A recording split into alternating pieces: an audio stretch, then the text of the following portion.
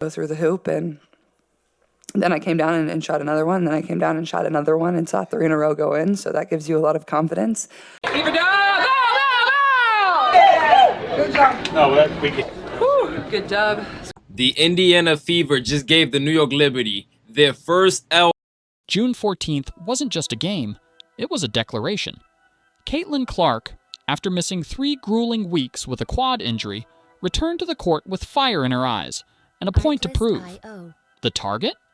The undefeated reigning champion New York Liberty, the very team that had taken her out weeks earlier. And what did Clark do?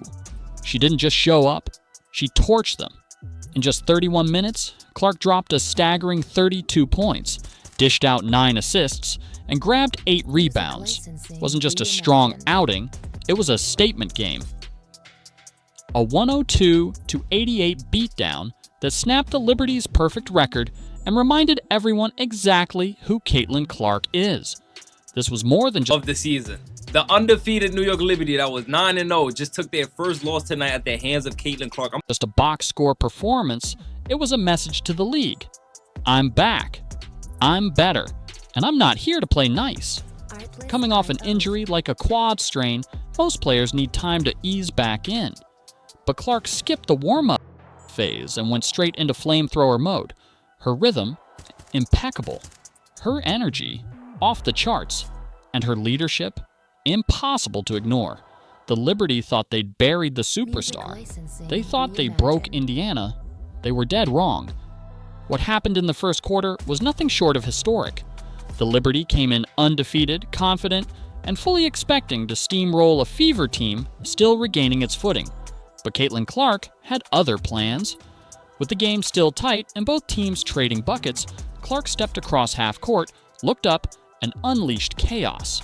She pulled up from 34 feet, deep beyond the arc, and drilled a logo 3 like she was back at Iowa. Swish! The crowd erupted.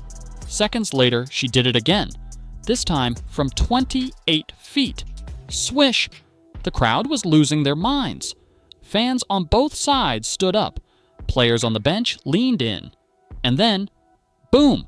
A third bomb, this time from 31 feet, with 2 defenders in her face. 3 logo 3s in 38 seconds. The arena went from loud to earthquake-level chaos. Social media exploded. Breanna Stewart, one of the best players on the planet, was seen smiling and nodding in admiration. Even Liberty coach Sandy Brondello looked stunned. This wasn't hype. This wasn't marketing. This was raw dominance. Caitlin Clark wasn't just back. She was reminding the world that she changes games in seconds. And the craziest part? This wasn't the peak of her night. It was just the opening act. Let's rewind the clock to May 24th. Same teams, same matchup, different vibe.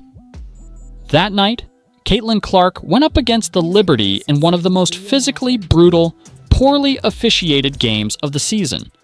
The Liberty threw everything at her. Hard screens, body checks, borderline dirty fouls. And the refs? They let it happen. No protection, no whistles, just punishment. Clark got hammered all night long, and then it happened. She strained her quad on a play that, to many, looked like a result of non-stop physical targeting. The Liberty walked away with the win, but it didn't feel clean.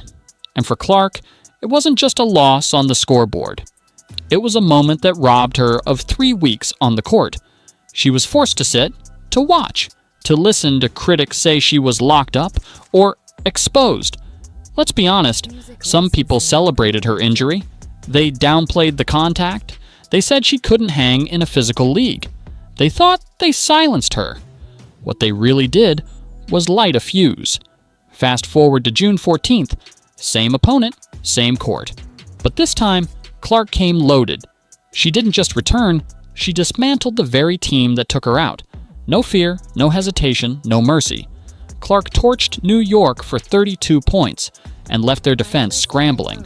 This wasn't just a good game, this was personal. She looked them in the eyes and ripped their perfect season apart. And let's be clear, Caitlin didn't just dominate on offense. She controlled the pace, read their defensive schemes like a seasoned vet, and threaded needle passes they didn't see coming. Every movement said one thing loud and clear: "You didn't break me, you just pissed me off." There's something poetic about it. The same team that tried to bully her into silence got front row seats to her revenge tour. Even when she wasn't scoring, she was humiliating them with vision and tempo control, drawing defenders, setting up teammates, and breaking their rhythm. And here's what made it legendary. This wasn't Clark forcing her way back too soon. She told her coaches straight up, "Don't put me in unless I'm 100%. I'm not here to play 20 minutes. I'm here to win." You can't teach that mentality. You either have that killer instinct or you don't. The Liberty thought they had erased their biggest threat. Instead, they resurrected a monster. This wasn't a comeback. This was Caitlin Clark's revenge game, and it belongs in WNBA history. In the weeks leading up to her return, the narrative around Caitlin Clark had shifted. Suddenly, the same media that hyped her arrival was casting doubt. Could she recover from a quad injury this early in her rookie season? Would her first step explosiveness be gone? Would the deep shooting range that made her a phenomenon in college still be there? And maybe most importantly, had the WNBA already figured her out? The whispers got louder with every game she missed.